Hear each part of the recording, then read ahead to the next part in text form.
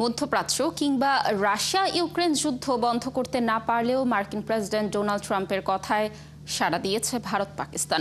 যুদ্ধ বন্ধে কৃতিত্বে প্রশংসায় ভাসলেও বিশ্লেষকরা বলছেন দিল্লি ইসলামাবাদের পরিস্থিতির সুযোগ নিয়েছেন ট্রাম্প। বিস্তারিত প্রতিবেদনে।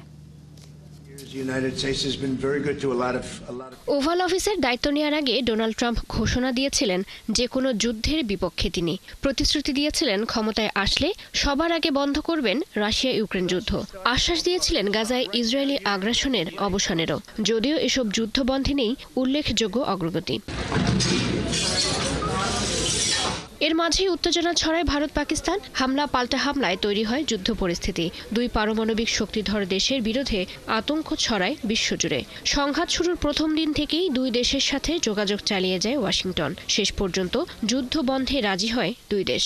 আর পুরো বিষয়টিকে ট্রাম্পের একক বিজয় হিসেবেই দেখছে হোয়াইট হাউস। প্রেসিডেন্ট ট্রাম্প নতুন নতুন উপায় খুঁজে বের করেন।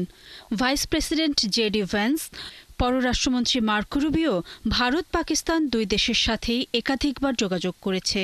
তারা খুব সুন্দরভাবে পরিস্থিতি সামাল দিতে পেরেছে।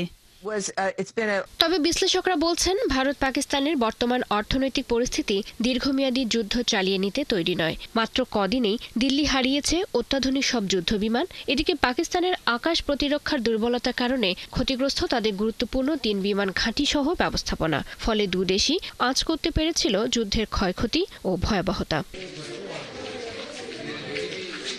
দিল্লি ও ইসলামাবাদের বর্তমান এই পরিস্থিতিরই সুযোগ নিয়েছেন ট্রাম্প, এমনটাই বলছেন বিশ্লেষকরা। তবে অস্থিতিশীলতা কমাতেই ট্রাম্পের এমন উদ্যোগ নাকি এর পেছনেও রয়েছে মার্কিন স্বার্থ, সেই প্রশ্ন রয়ে গেছে। জ্যোতি সরওয়ার, ৭১।